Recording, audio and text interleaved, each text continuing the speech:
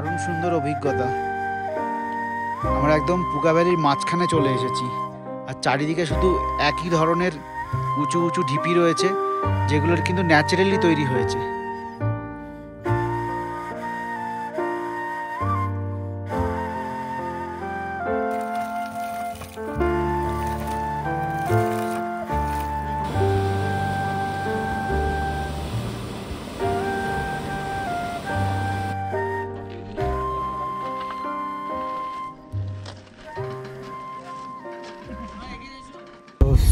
সোমরেরি থেকে আপাতত আমরা রওনা দিলাম লেহের উদ্দেশ্যে, আর সাইট সিইং করতে করতে আমরা যাব। আর সামনে অসাধারণ সুন্দর সোমরেরি লেককে দেখতে দেখতে আর বাই বাই বলতে বলতে আমরা এগিয়ে চলেছি লেহের দিকে।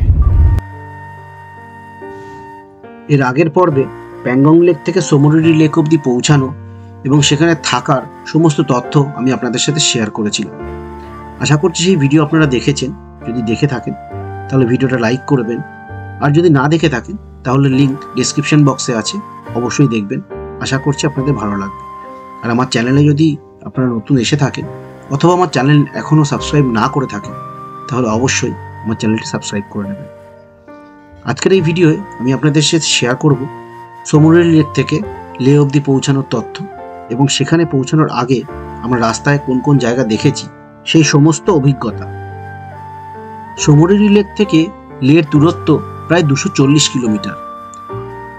এর মধ্যে Puga valley, Chumathang hot spring point, Thiksey monastery, Rancho school, Shey palace এবং সিন্ধু ঘাটের মতো বেশ কয়েকটি জনপ্রিয় জায়গা রয়েছে, যা দেখতে দেখতে আমরা পৌঁছেছিলাম লে শহরে। এতে আমাদের সময় লেগেছিল প্রায় 6.5 ঘন্টা। Welcome to Puga valley. এখন সময় সকাল 11:15, আর আমরা সোমরেরি থেকে রওনা হয়ে এসে পৌঁছেছি পুগা ভ্যালিতে। সোমরেরি থেকে বেশি দূরত্ব নেই, এটার মাত্র 1 ঘন্টা লেগেছে। আর ওখানে দূরে দেখা যাচ্ছে হট স্প্রিং ওয়াটার, সেখানেই আমরা যাব। চলুন ভ্যালিতে যাওয়া যাক। আমাদের হিমাংশু রেডি হয়ে গেছে ক্যামেরা নিয়ে, আর অঙ্কিত জ্যাকেট খুলে মাথায় দিয়ে নিয়েছে।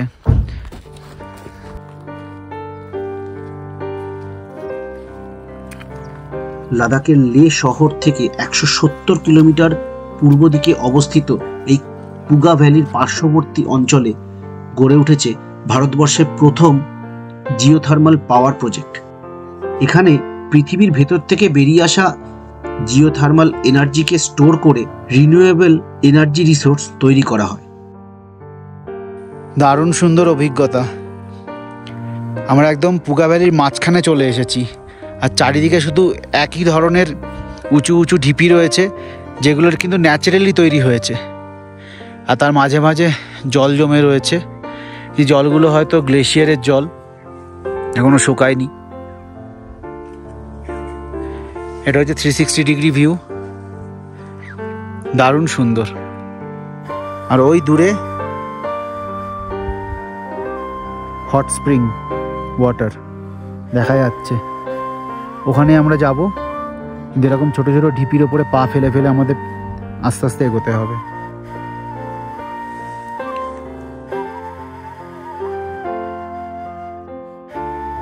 পুগা ভ্যালির পার্শ্ববর্তী অঞ্চলে ইন্ডিয়ান পাবলিক সেক্টরের আন্ডারটেকিংয়ে ওএনজিসির একটি এনার্জি রিসার্চ সেন্টারও তৈরি হয়েছে।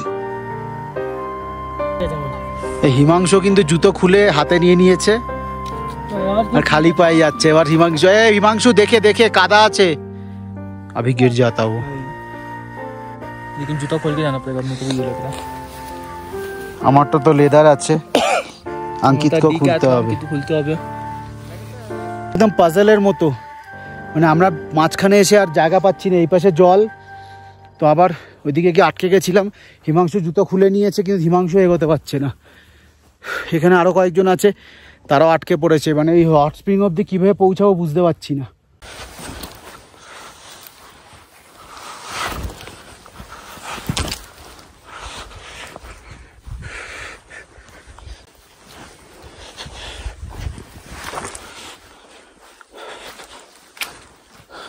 একটা পাজল, মানে আমরা না যতগুলো গ্রুপ এখানে এসছে সবাই কিন্তু মাঝখানে গিয়ে আর খুঁজে পাচ্ছে না কোন দিকে যাবে, সবাই জল পাচ্ছে। একটু বুদ্ধি খাটিয়ে আগে দূরে দেখে নিতে হবে যে উঁচু টিলাগুলো কোন দিকে দেখা যাচ্ছে, সেই উঁচু টিলার ডিরেকশানেই যেতে হবে। তো আমরা এদিকে চলে এসেছি জলের থেকে বেরিয়ে, এখানে আর জল অতটা নেই, এখানে উঁচু টিলা দেখতে পাচ্ছি। আর ওই একজন বাইকার আছেন, উনি কিন্তু পেরিয়ে চলে গেছে অনেকটা রাস্তা, ওর পরে আর জল নেই, এখন এমনি হাঁটছে।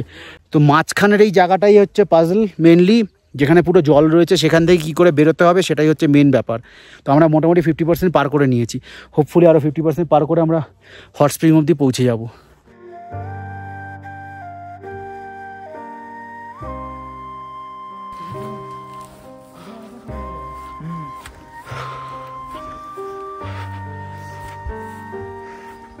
ड्रोन उड़ रहा है, ड्रोन।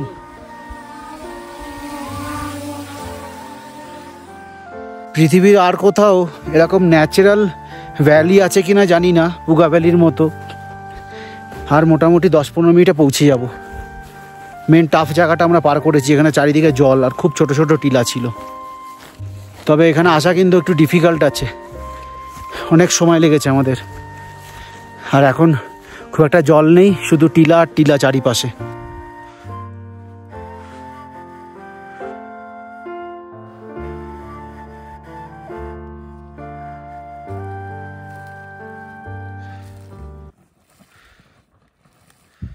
ফাইনালি পেছনে দেখা যাচ্ছে হট স্প্রিং ওয়াটার, আর team trip to watch have solved the puzzle of Puga valley. পাজলটা সলভ করা কিন্তু খুব কঠিন, খুব বুদ্ধি করে দেখে শুনে এগোতে হবে। আর ফাইনালি আমরা পৌঁছে গেছি হট স্প্রিং ওয়াটারের কাছে। রাস্তাটা আমাদের কম করে 2 কিলোমিটার ঘুরতে হয়েছে এখানে পৌঁছানোর জন্য। আর আমাদের গাড়ি অনেক দূরে দাঁড়িয়ে আছে, আমাদের আবার ফিরতে হবে। এখানে পৌঁছে কিন্তু একটা আলাদাই অভিজ্ঞতা।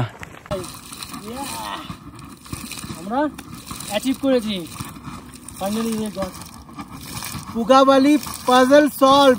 Yes, solve, solve the puzzle. এত গরম জল যে এখানে ধোঁয়া বেরোচ্ছে। কিছুদিন আগে কিন্তু একজন পর্যটক এখানে স্লিপ খেয়ে চলে গেছিলো ভেতরে, তার পুরো হাত পুড়ে গেছিলো। আমাদের যে মুস্তাফা দা আছেন ড্রাইভার দাদা, উনি বললেন যে জাস্ট গত মাসেই এখানে এই জলের মধ্যে একদম স্লিপ করে চলে গেছে। আর আমাদের এখানে দাঁড়ালে তো গায়ে জলটা, গরম জলটা ছিটে আসছে কিছুটা।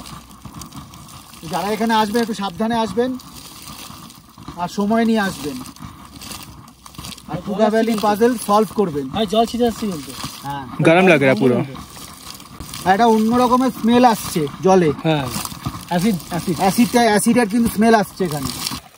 ये तो बेस्ट जगह है।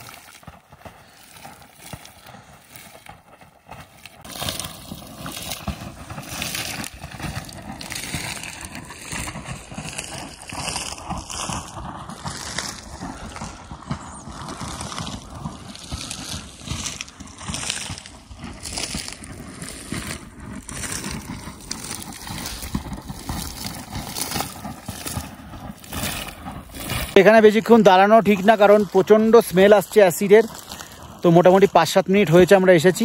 আর এবার এখান থেকে আমরা আবার রওনা দেবো আমাদের গাড়ির দিকে। কোন রাস্তা দিয়ে এসেছি সেটা তো আমরা মার্ক করিনি। এবার ওই টিলাগুলো দেখে দেখে আবার আমাদের ফিরতে হবে। আশা করি ফেরার সময় আমাদের অত সময় লাগবে না, বাট পুগা ভ্যালির এক্সপিরিয়েন্স অসাধারণ, আর ভোলা যায় না এরকম এক্সপিরিয়েন্স। আর সাবস্ক্রাইব করুন ট্রিপ টু ওয়াচ, লাইক করুন, শেয়ার করুন। পুগা ভ্যালির এক্সপিরিয়েন্স কেমন? হিমাংশু তো ছবি তুলতেই ব্যস্ত। আরে আমার এই ফোনটা কাছে।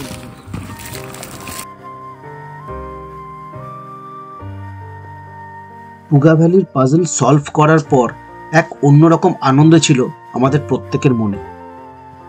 প্রকৃতির এই নতুন রূপকে জানার আনন্দ নিয়ে আমরা ফিরে গেছিলাম আমাদের গাড়িতে এবং রওনা হয়েছিলাম আমাদের পরের গন্তব্য চুমাথাং হট স্প্রিং পয়েন্টের উদ্দেশ্যে।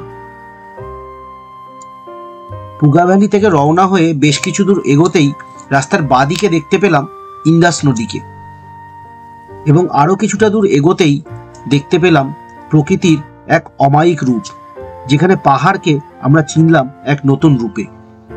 ধূসর শান্ত মরুভূমির মাঝে নিজেদের অস্তিত্বকে টিকিয়ে রাখার অশেষ প্রচেষ্টায় পৃথিবীর বুক চিরে বেরিয়ে এসেছে সারি সারি সবুজ আর লাল রঙের গাছ। ঋতু পরিবর্তনের সাথে সাথে ময়ূরের পেখমের মতোই নিজেদের রং পাল্টাতে থাকে এই লাল সবুজ গাছ।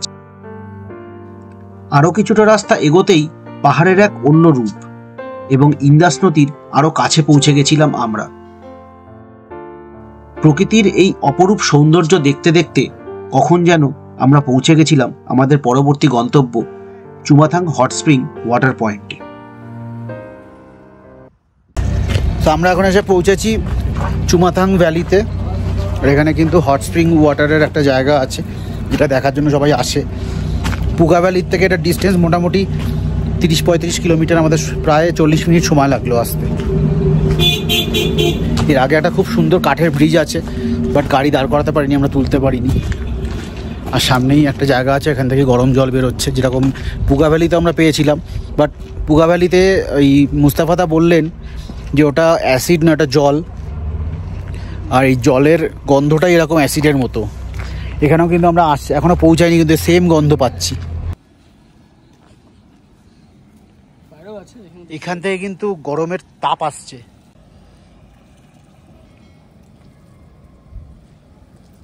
সুন্দর জায়গাটা।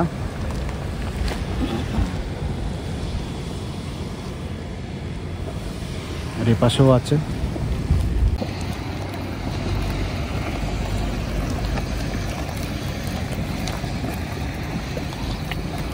একটু গ্রাউন্ড থেকে লিকেজ আছে, ঠিক আছে, সেই লিকেজ দিয়ে গরম। আর আমরা কিন্তু যার উপরে দাঁড়িয়ে আছি নিচে কিন্তু পুরো এরকম গরম জল, সব পুরো গরমের উপরে দাঁড়িয়ে আছি। একটা তাপ আসছে এখানে দাঁড়ালে।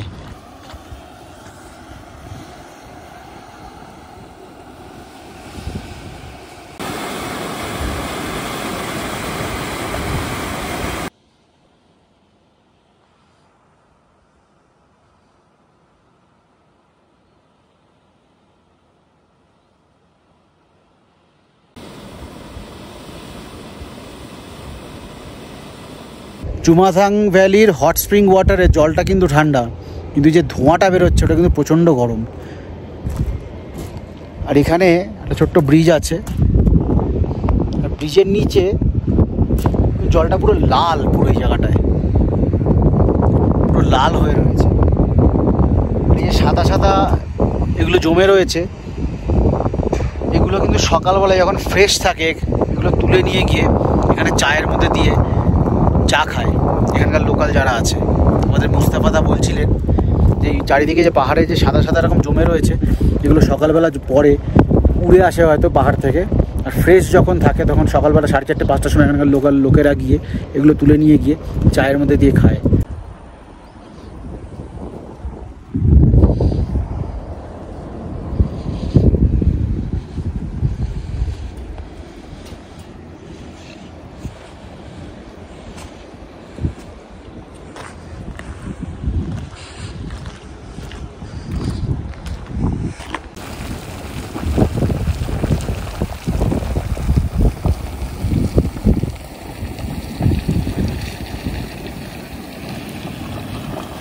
চুমাথাং ভ্যালিতে আমরা হট স্প্রিং ওয়াটার দেখার পরে লাঞ্চ করতে এসেছি এখানকার একটা ছোটো রেস্টুরেন্টে। আমরা অর্ডার করেছি মোমো, মানে এখন কোনো অপশান নেই, তাড়াতাড়ি আমাদের ফিরতে হবে।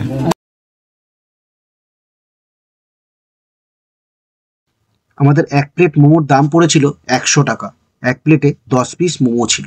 মোমো খেয়ে এখানে হাত ধুতে এসেছি, জল এত গরম, মানে জলে হাত দেওয়া যাচ্ছে না, পুরো ছ্যাঁকা লাগছে, পাইপের জলও।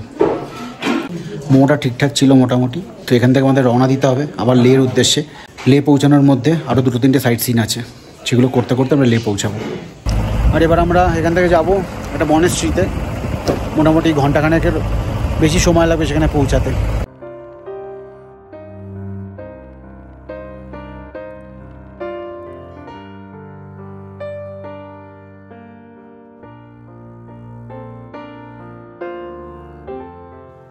চুমাথাং হট স্প্রিং ওয়াটার পয়েন্ট থেকে বেরিয়ে আমরা এসে পৌঁছেছিলাম থিকসে মনাস্ট্রিতে, যা থিকসে গম্পা নামেও পরিচিত। পাহাড়ের ওপর অবস্থিত থিকসে মনাস্ট্রিতে পৌঁছানোর রাস্তাটিকে অদ্ভুত সুন্দরভাবে তৈরি করা হয়েছে। থিকসে মনাস্ট্রিতে মোট 10টি লেয়ার আছে, যার মধ্যে Tibetan Buddhist temple, Mahakali temple এবং তারা টেম্পল আছে। থিক্সে মোনাস্ট্রি সকাল 6টা থেকে সন্ধ্যে 7টা অবধি খোলা থাকে এবং এর মাঝে দুপুর 1টা থেকে দুপুর 1:30 অবধি লাঞ্চ ব্রেক, আর বিকেল 4টে থেকে বিকেল 4:15 অবধি টি ব্রেকের জন্য মোনাস্ট্রির এন্ট্রি বন্ধ থাকে। মোনাস্ট্রির ভেতরে একটি গেস্ট হাউস এবং একটি রেস্টুরেন্ট আছে। এই মোনাস্ট্রিতে টিবেটিয়ান বুদ্ধিজমের পাঠও পড়ানো হয়। থিক্সে গম্পা প্রায় 600 বছরেরও বেশি পুরনো এবং লাদাখি ভাষায় একে টিক্সে গম্পাও বলা হয়ে থাকে। থিক্সে মোনাস্ট্রি থেকে থিক্সে ভ্যালির দুর্দান্ত ভিউ পাওয়া যায়, যা পর্যটকদের মন মুগ্ধ করে দেয়। থিক্সে মোনাস্ট্রির ভেতরে গোল্ডেন স্তূপা টেম্পল আছে, যেখানে গোল্ডেন কালারের একটি বিশাল বড় টিবেটিয়ান বুদ্ধের মূর্তিও আছে। থিক্সের মোনাস্ট্রির ভেতরে একটি বহু পুরনো গ্রন্থাগারও আছে। এখন সময় বিকেল 5:25, আর কিছুক্ষণের মধ্যেই সানসেট হবে। থিক্সে মোনাস্ট্রি থেকে বেরিয়ে আমরা এখন চলে এসেছি র্যাঞ্চো স্কুলের সামনে। ইডিয়েটসের ফেমাস র্যাঞ্চো স্কুল, ফুংসুক ওয়াংরু, যেখানে বাচ্চাদের ট্রেনিং দিত, শেখাতো। 2009 সালে মুক্তি পাওয়া 3 ইডিয়টস সিনেমার শুটিং হয়েছিল এই র্যাঞ্চো স্কুলে। 3 ইডিয়টস সিনেমা মুক্তি পাওয়ার পর জনপ্রিয় হয়ে ওঠে এই স্কুল। এই স্কুলের আসল নাম দুক পদ্মা ক্যালপো, যার মানে হোয়াইট লোটাস ড্রাগন। 2010 সালের পর থেকে র্যাঞ্চো স্কুলের জনপ্রিয়তা বাড়ার সাথে সাথে পর্যটকদের ভিড়ও বাড়তে থাকে। স্কুলের বিভিন্ন জায়গায় পর্যটকদের যাওয়ার অনুমতি না থাকায় স্কুলের সামনেই স্কুল কর্তৃপক্ষের তরফ থেকে 3 ইডিয়টস সিনেমার বিভিন্ন মডেল এবং ছবি তৈরি করা হয়, যেখানে দাঁড়িয়ে পর্যটকরা বিভিন্ন ছবি এবং ভিডিও তুলতে পারবে। কলকাতা থেকে হিমাংশু র্যাঞ্চো স্কুলের ছাত্রদের জন্য কিছু পেন্সিল ইরেজার নিয়ে গেছিল, সেগুলো আমরা র্যাঞ্চো স্কুলের অ্যাডমিনিস্ট্রেটিভ হেডের হাতে তুলে দিয়েছিলাম।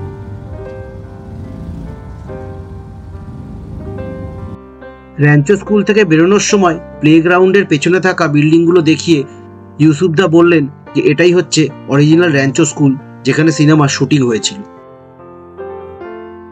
র্যাঞ্চো স্কুল থেকে বেরিয়ে আমরা এবার যাচ্ছি শে প্যালেসের দিকে। এটা একদমই কাছাকাছি, মানে 5 মিনিটের ডিস্টেন্স, জাস্ট অলমোস্ট পৌঁছেই গেছি।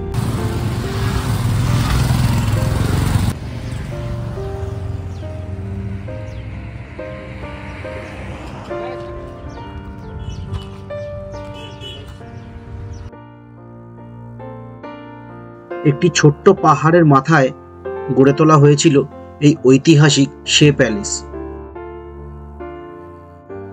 শে উপত্যকায় ছিল প্রাচীন লাদাখের রাজধানী এবং সেখানেই গড়ে তোলা হয়েছিল এই শে প্যালেস। শে প্যালেসের পাশাপাশি শে মোনাস্ট্রিও আছে, যেখানে লাদাখের দ্বিতীয় সবচেয়ে বড় শাক্যামুনি বুদ্ধার মূর্তি আছে।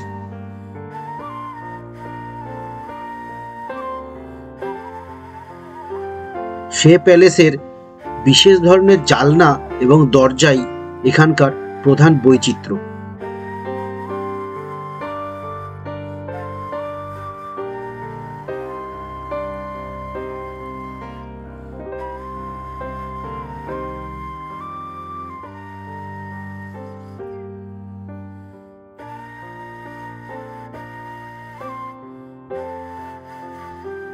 শে প্যালেসের সামনেই প্রতিস্থাপন করা হয়েছে এক নতুন মূর্তির, যাকে তিব্বতী বুদ্ধিজমের রক্ষাকর্তা হিসাবে চিহ্নিত করা হয়েছে।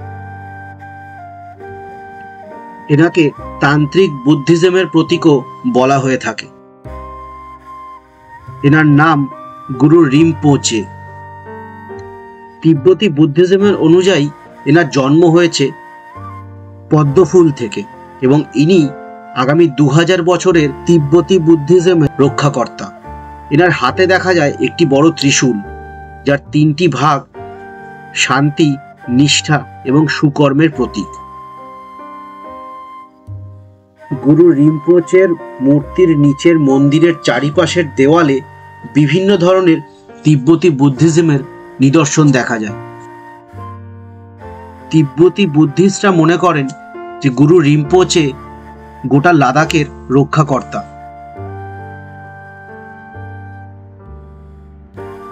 আমাদের লাদাখ ভ্রমণের ৮ম দিনে শেষ সূর্যাস্তকে দেখতে দেখতে গুরু রিম্পোচের আশীর্বাদ নিয়ে আমরা সে প্যালেস থেকে রওনা হয়েছিলাম লের উদ্দেশ্যে। একদিকে প্রকৃতির এই অপূর্ব সৌন্দর্যকে ছেড়ে যাওয়ার দুঃখ, অপরদিকে দীর্ঘ ৮ দিন পর আবার বাড়ি ফেরার আনন্দ। গত ৮ দিনে প্রকৃতিকে এত কাছ থেকে উপলব্ধি করার যে সুযোগ আমরা লাদাখ ভ্রমণে পেয়েছি তা পৃথিবীর অন্য কোনো জায়গায় আর কখনো পাবো কিনা তা নিয়ে আমাদের মনে যথেষ্ট সন্দেহ রয়ে গেছে। তো সে প্যালেস থেকে বেরোলাম আর ওখানকার হিস্ট্রি শুনলাম, টিবেটিয়ান বুদ্ধিজম আর ইন্ডিয়ান বুদ্ধিজম কেন আলাদা, কিভাবে আলাদা, তার সব ডিটেলস শুনলাম। আর এটাই ছিল আমাদের আজকের শেষ পয়েন্ট। আর এবার আমাদের যেতে হবে লেতে। লে এখান থেকে বেশি দূর না, জাস্ট 20 কিলোমিটার্স। সেখানে ম্যাল রোডের কাছেই একটা হোটেল নেব অথবা হোমস্টেতে থাকবো আজকে রাতের জন্য, কালকে সকালে আমাদের ফ্লাইট। মোটামুটি লে লাদাখের এই লাস্ট এপিসোডে আপনাদের সাথে অনেক অভিজ্ঞতা শেয়ার করলাম, অনেক কিছু শেয়ার করার চেষ্টা করেছি। হয়তো অনেক ইনফরমেশন বাদ গেছে, যদি কিছু বাদ গিয়ে থাকে তাহলে আপনারা অবশ্যই কমেন্ট করে জানাবেন আরও কী কী আমাদের কভার করা উচিত, অথবা এরপরে যদি আমরা লে লাদাখ ট্যুর করি তাহলে আর কী কী দেখতে পাবো, আরও কোথায় কোথায় যাওয়া উচিত। যেমন জান্সকার, কার্গিল, এগুলো আমরা মিস করেছি, এগুলো যেতে পারিনি, সময় কম ছিল। সিয়াচেনের দিকে যেতে পারিনি, সময় কম ছিল। আর যে যে জায়গাগুলো আমরা কভার করেছি সেখানেও যদি কিছু মিস হয়ে থাকে তাহলে অবশ্যই কমেন্ট করে জানাবেন। আর ভিডিওগুলো কেমন লাগছে সেটা অবশ্যই জানাবেন। এই ভিডিওটা যদি ভালো লাগে তাহলে লাইক করবেন, আর যদি আমার চ্যানেলে নতুন এসে থাকেন তাহলে চ্যানেল সাবস্ক্রাইব করবেন। আর আমাকে ফলো করবেন ইনস্টাগ্রামে, আমার ইনস্টাগ্রাম আইডি আর trip to watch Instagram ID description বক্সে দেওয়া আছে। অবশ্যই সাথে থাকবেন, সাপোর্ট করবেন। খুব শীঘ্রই দেখা হবে একটা নতুন ভ্রমণ কাহিনী নিয়ে। ততক্ষণ দেখতে থাকুন ট্রিপ টু ওয়াচ আর সঙ্গে থাকুন। अभी बंद हुआ है शायद।